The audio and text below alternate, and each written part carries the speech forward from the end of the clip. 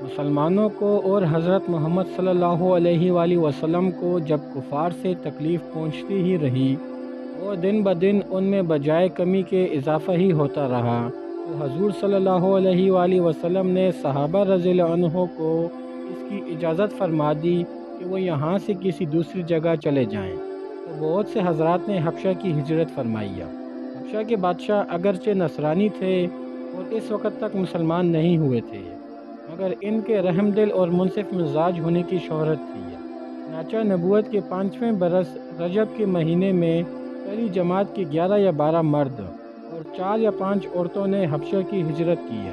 مکہ والوں نے ان کا پیچھا بھی کیا کہ یہ نہ جا سکے، مگر یہ لوگ ہاتھ نہ آئے۔ وہاں پہنچ کر ان کو یہ خبر ملی کہ مکہ والے سب مسلمان ہو گئے اور اسلام کو غلبہ ہو گیا۔ اس خبر سے یہ حضرات بہت خوش ہوئے اور اپنے وطن واپس آ گئے، لیکن مکہ مکرمہ کے قریب پہنچ کر معلوم ہوا کہ یہ خبر غلط تھی اور مکہ والے اسی طرح بلکہ اس سے بھی زیادہ دشمنی اور تکلیفیں پہنچانے میں مصروف ہیں، تو بڑی دقت ہوئی۔ ان میں سے بعض حضرات وہیں سے واپس ہو گئے اور بعض کسی کی پناہ لے کر مکہ مکرمہ میں داخل ہو گئے۔ یہ حبشہ کی پہلی ہجرت کہلاتی ہے۔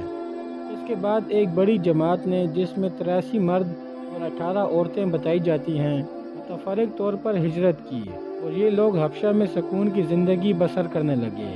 تو کافروں کو اور بھی غصہ آیا اور بہت سے تحفے تحائف دے کر نجاشی شاہ حبشہ کے پاس ایک نائب بھیجا، جو بادشاہ کے لیے بہت سے تحفے لے کر گیا اور اس کے پیش خدمت اور پادریوں کے لیے بھی بہت سے ہدیے لے کر گیا۔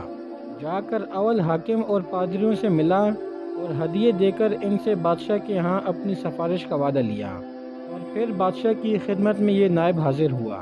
اول بادشاہ کو سجدہ کیا اور پھر تحفے پیش کر کے اپنی درخواست پیش کی اور رشوت خور حاکم نے تائید کی۔ انہوں نے کہا کہ اے بادشاہ، ہماری قوم کے چند بیوقوف لڑکے اپنے دین کو چھوڑ کر ایک نئے دین میں داخل ہو گئے، جس کو نہ ہم جانتے ہیں نہ آپ جانتے ہیں، اور آپ کے ملک میں آ کر رہنے لگے۔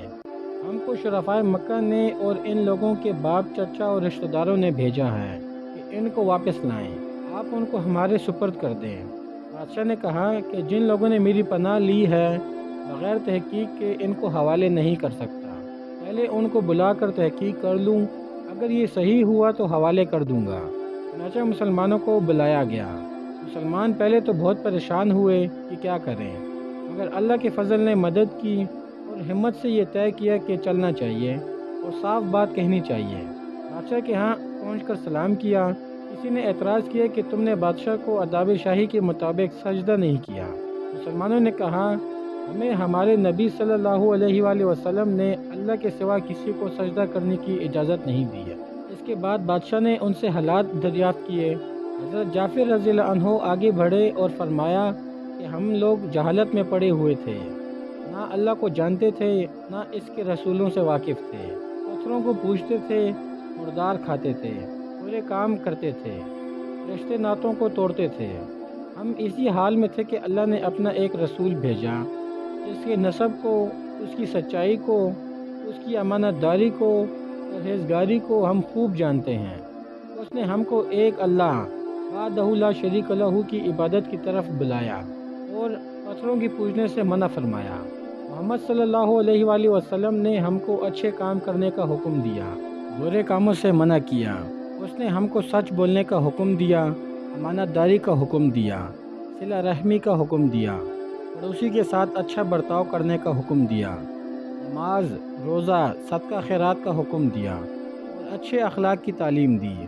زنا، بدکاری، جھوٹ بولنا، یتیم کا مال کھانا، کسی پر تہمت لگانا اور اس قسم کے برے اعمال سے منع فرمایا۔ ہم کو قرآن پاک کی تعلیم دی، ہم اس پر ایمان لائے اور اس کے فرمان کی تعمیل کی، جس پر ہماری قوم ہماری دشمن ہو گئی اور ہم کو ہر طرح ستایا گیا۔ ہم لوگ مجبور ہو کر تمہاری پناہ میں اپنے نبی صلی اللہ علیہ وآلہ وسلم کے ارشاد سے آئے ہیں۔ بادشاہ نے کہا، جو قرآن تمہارے نبی لے کر آئے ہیں وہ کچھ مجھے سناؤ۔ حضرت جعفر رضی اللہ عنہ نے سورۃ مریم کی پہلی آیتیں پڑھیں، جس کو سن کر بادشاہ بھی رو پڑا اور اس کے پادری بھی، جو کثرت سے موجود تھے، سب کے سب اس قدر روئے کہ داڑھیاں تر ہو گئی۔ اس کے بعد بادشاہ نے کہا کہ خدا کی قسم، یہ کلام اور جو کلام حضرت عیسیٰ علیہ السلام لے کر آئے تھے ایک ہی نور سے نکلے ہیں، اور ان لوگوں سے صاف انکار کر دیا کہ میں ان کو تمہارے حوالے نہیں کر سکتا۔ وہ لوگ بہت پریشان ہوئے کہ بڑی ذلت اٹھانا پڑی ہے۔ آپس میں صلح کر کے ایک شخص نے کہا کہ کل میں ایسی تدبیر کروں گا کہ بادشاہ ان کی جڑ ہی کاٹ دے۔ ساتھیوں نے کہا بھی کہ ایسا نہیں کرنا چاہیے، یہ لوگ اگرچہ مسلمان ہو گئے مگر پھر بھی رشتہ دار ہیں، مگر اس نے نہ مانا۔ دوسرے دن پھر بادشاہ کے پاس گئے اور جا کر کہا کہ یہ لوگ حضرت عیسیٰ علیہ السلام کی شان میں گستاخی کرتے ہیں، ان کو اللہ کا بیٹا نہیں مانتے۔ بادشاہ نے پھر مسلمانوں کو بلایا۔ صحابہ رضی اللہ عنہ فرماتے ہیں کہ دوسرے دن بلانے سے ہمیں اور بھی زیادہ پریشانی ہوئی ہے۔ بہرحال بادشاہ کے پاس چلے گئے۔ بادشاہ نے پوچھا کہ تم حضرت عیسیٰ علیہ السلام کے بارے میں کیا کہتے ہو؟ مسلمانوں نے کہا کہ وہی کہتے ہیں جو ہمارے نبی صلی اللہ علیہ وآلہ وسلم پر ان کی شان میں نازل ہوا، کہ وہ اللہ کے بندے ہیں، اللہ کے رسول ہیں، اس کی روح ہیں، تو اس کے کلمہ ہے جس کو اللہ نے کنواری اور پاک مریم کی طرف ڈالا۔ نجاشی نے کہا کہ حضرت عیسیٰ علیہ السلام بھی اس کے سوا کچھ نہیں فرماتے۔ پادری لوگ آپس میں کچھ سرگوشی کرنے لگے۔ نجاشی نے کہا تم جو چاہے کہو۔ اس کے بعد نجاشی نے ان کے تحفے واپس کر دیے اور مسلمانوں سے کہا تم امن سے رہو، جو تمہیں ستائے اس کو تاوان دینا پڑے گا، اور اس کا اعلان بھی کرا دیا کہ جو شخص ان کو ستائے گا اس کو تاوان دینا ہوگا۔ اس کی وجہ سے وہاں کے مسلمانوں کا اکرام اور بھی زیادہ ہونے لگا اور اس نائب کو ذلت سے واپس آنا پڑا۔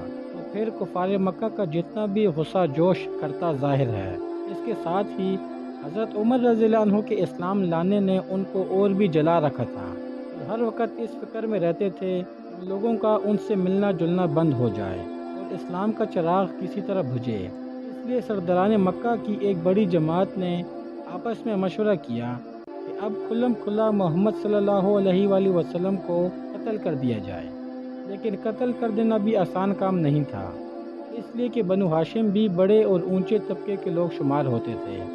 اگرچہ اکثر مسلمان نہیں ہوئے تھے، لیکن جو مسلمان نہیں تھے وہ بھی حضور صلی اللہ علیہ وآلہ وسلم کے قتل ہو جانے پر آمادہ نہیں تھے۔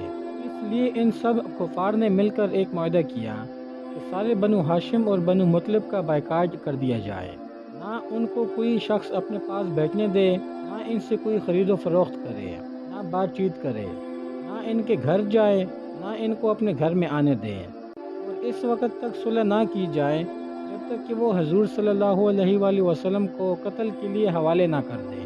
یہ معاہدہ زبانی ہی گفتگو پر ختم نہیں ہوا، بلکہ یکم محرم 7 صدی نبوی کو ایک معاہدہ تحریر لکھ کر بیت اللہ میں لٹکایا گیا تاکہ ہر شخص اس کا احترام کرے اور اس کو پورا کرنے کی کوشش کرے۔ اور اس معاہدے کی وجہ سے 3 برس تک یہ سب حضرات 2 پہاڑوں کے درمیان ایک گھاٹی میں نظر بند رہے کہ نہ کوئی ان سے مل سکتا تھا، نہ یہ کسی سے مل سکتے تھے، نہ مکہ کے کسی آدمی سے کوئی چیز خرید سکتے تھے، نہ باہر سے آنے والے کسی تاجر سے مل سکتے تھے۔ اگر کوئی شخص باہر نکلتا تو پیٹا جاتا اور کسی ضرورت کا اظہار کرتا تو صاف جواب پاتا۔ معمول سا سامان، غلہ وغیرہ جو ان لوگوں کے پاس تھا وہ کہاں تک کام دیتا۔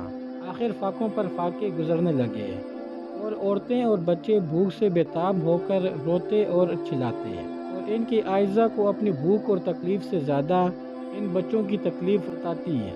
آخر 3 برس کا زمانہ ایسے سخت بائیکاٹ میں اور نظر بندی میں گزرا، اور ایسی حالت میں ان حضرات پر کیا کیا مصیبتیں گزری ہوں گی وہ ظاہر ہے۔ لیکن اس کے باوجود صحابہ کرام رضی اللہ عنہ نہایت ثابت قدمی کے ساتھ اپنے دین پر جمے رہے، بلکہ اس کی اشاعت فرماتے رہے۔